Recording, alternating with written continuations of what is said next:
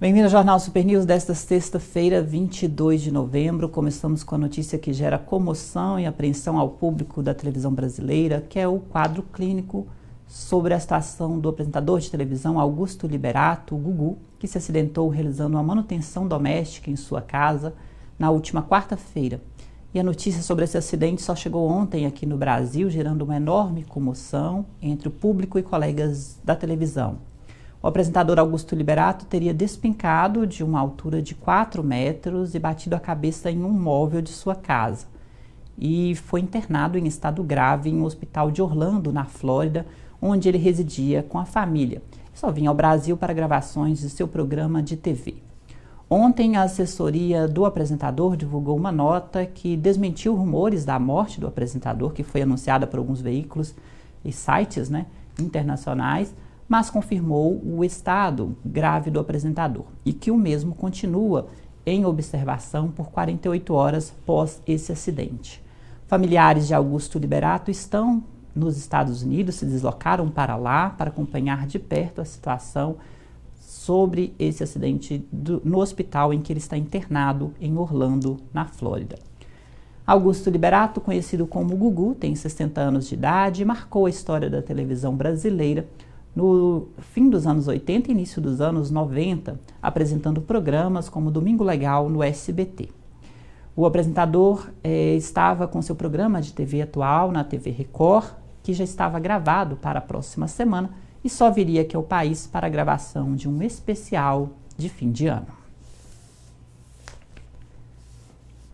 Agora a notícia aqui de Minas, uma sentença proferida por uma decisão de uma magistrada da 32ª Vara do Tribunal Regional Eleitoral de Minas Gerais, o TRE daqui de Minas, publicada ontem, condenou o ex-governador de Minas Gerais, Fernando Pimentel, do PT, a 10 anos e 6 meses de prisão pelos crimes de tráfico de influência e lavagem de dinheiro, enquanto ministro do Desenvolvimento no governo de Dilma Rousseff entre 2011 e 2014. Segundo a denúncia do Ministério Público Federal, Pimentel usou de seu cargo na administração federal para negociar doações irregulares de campanha por meio da empresa JHSF Incorporações, em troca de doações declaradas e não declaradas, chamadas de Caixa 2, para a campanha ao governo do estado em 2014. O político teria influenciado junto à Secretaria de Aviação Civil a concessão de um aeroporto na região metropolitana de São Paulo para a empresa. As negociações foram intermediadas pelo empresário Benedito Rodrigues de Oliveira, conhecido como Bené, que trabalhou na campanha eleitoral de Pimentel ao governo de Minas e foi condenado a 8 anos de prisão por tráfico de influência e lavagem de dinheiro. Bené disse em depoimento em delação que foram combinados 5 milhões a títulos de propina a ser pago pelo empresário José Auriemo Neto por meio de doações oficiais para a campanha de Pimentel e ao diretório do PT. Ainda de acordo com a denúncia, uma parte não declarada como doação teria sido repassada diretamente em 2 remessas de R$250 mil em dinheiro vivo. Parte da quantia também teria sido usada para quitar dívidas da campanha eleitoral junto ao Instituto de Pesquisa Vox Populi. 2 empresários, Marcos Coimbra e Marcos Novaes, ambos ligados ao Instituto Vox Populi, também foram condenados na sentença a 2 anos, 9 meses e 18 dias de prisão cada um. A pena, porém, foi convertida em prestação de serviços comunitários e pagamento de multa. Esse caso ele teve origem com a Operação Acrônimo, em que a Polícia Federal investigou o uso de Caixa 2 na campanha de 2014 ao governo do estado aqui de Minas. A ação penal, uma das 4 resultantes da operação, tramitava junto ao Superior Tribunal de Justiça, mas foi remetida à Justiça Eleitoral daqui de Minas no início deste ano, após Fernando Pimentel deixar o cargo de governador e perder o foro privilegiado. Essas informações são da Agência Brasil, que ouviu os envolvidos nessa denúncia. O advogado de Fernando Pimentel, Eugênio Pacelli, disse que o ex-governador enviou uma nota que afirma que a condenação ultrapassou qualquer limite razoável e que os colaboradores da delação premiada mudaram versões, fatos claramente inventados na polícia em juízo e desvendados em audiência e acolhidos como verdade. Apesar de reconhecer a seriedade e independência da juíza que proferiu a sentença, ele disse que a sentença mostra fragilidade e surpreende, né, e que caberá recurso.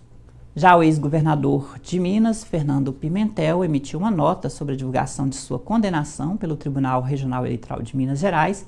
Segundo o ex-governador, não há no processo qualquer prova, sequer uma evidência objetiva de sua culpa nos crimes pelos quais ele seria condenado e que irá recorrer da decisão. Mesmo com essa sentença de 10 anos e 6 meses, Fernando Pimentel poderá recorrer em liberdade. A Agência Brasil também tentou contato com a defesa dos demais condenados. A empresa JHSF disse que não é parte nesse processo e que não foi apresentada qualquer denúncia contra a companhia. Em 2017, o controlador da empresa celebrou um acordo de colaboração com autoridades brasileiras, já homologado pelo Superior Tribunal de Justiça, para esclarecimento dos fatos. No próximo bloco, o fim de semana será de realização do ENAD, que avalia o ensino superior em todo o país e que pode ser um diferencial também numa oportunidade profissional. Voltamos em instantes.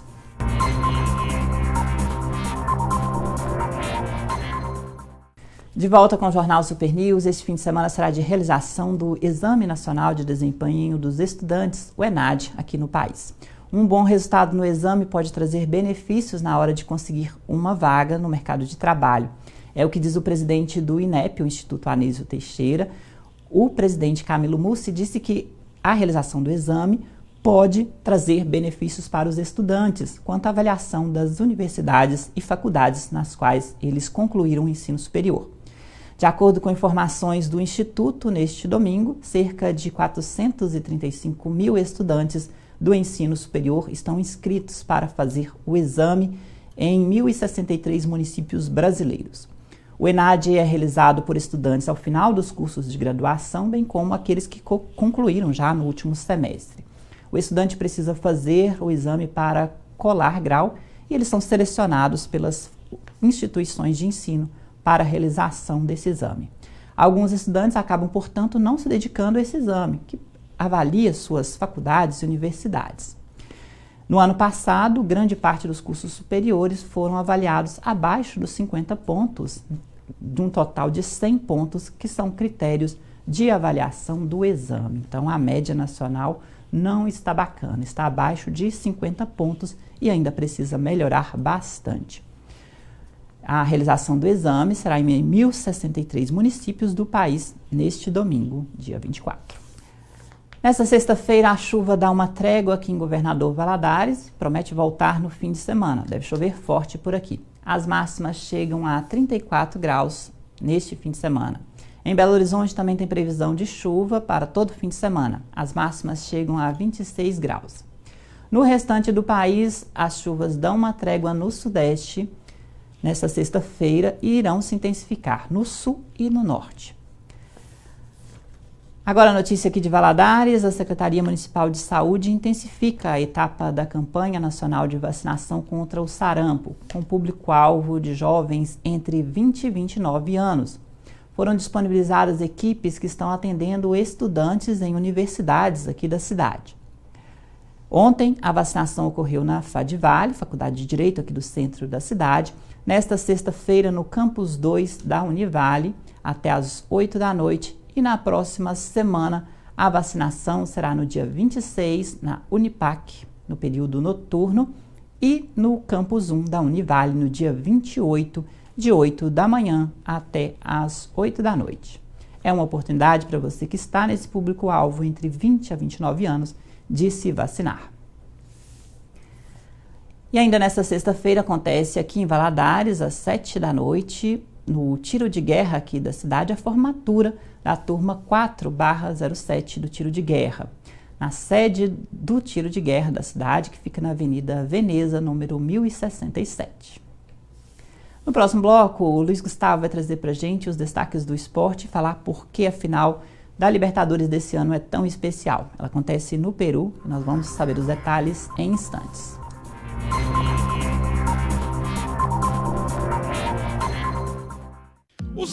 Rua Peçanha, número 365, Centro. Óticas Estilo Visão.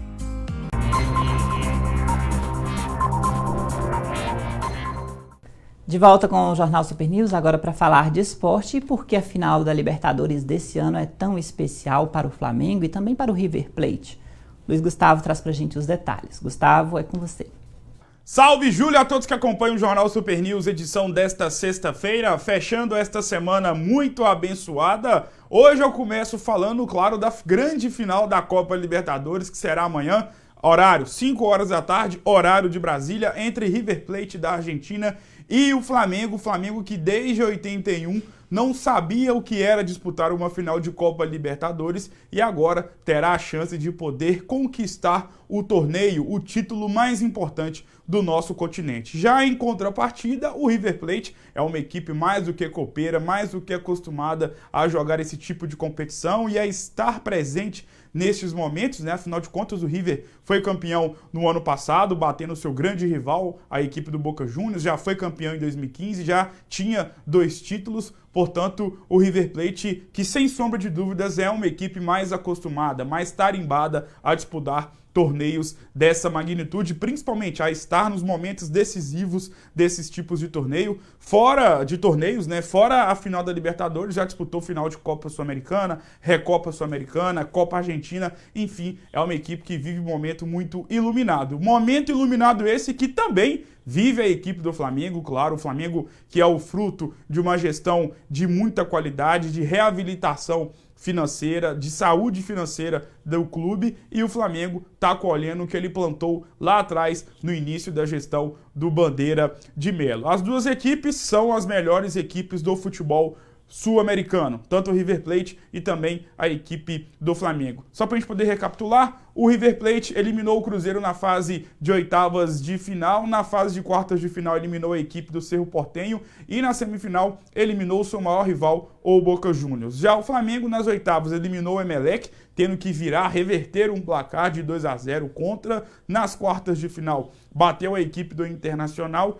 e na semifinal atropelou, passou por cima do time do Grêmio e agora chega para essa final. Na minha opinião, o Flamengo é favorito, mas o River Plate possui uma força mental para esses tipos de momentos que realmente fazem muito a diferença. Só para a gente poder fechar, também tem Campeonato Brasileiro. Cruzeiro que entra em campo amanhã, 9 horas da noite, contra a equipe do Santos na Vila Belmiro. E o Galo, no domingo, encara a equipe do Atlético Paranaense, o Cruzeiro que precisa mais do que nunca da vitória para poder tentar se afastar da zona de rebaixamento. E o Atlético que está numa situação um pouco mais tranquila, mas com uma vitória diante da equipe do Furacão, já vai conseguir permanecer, garantir a sua permanência na Série A do Campeonato Brasileiro de 2020. É isso, Júlio. Um grande abraço, um excelente final de semana para todos vocês e eu volto em uma próxima oportunidade. Obrigado, Gustavo. Essa edição fica por aqui. Um excelente fim de semana para você.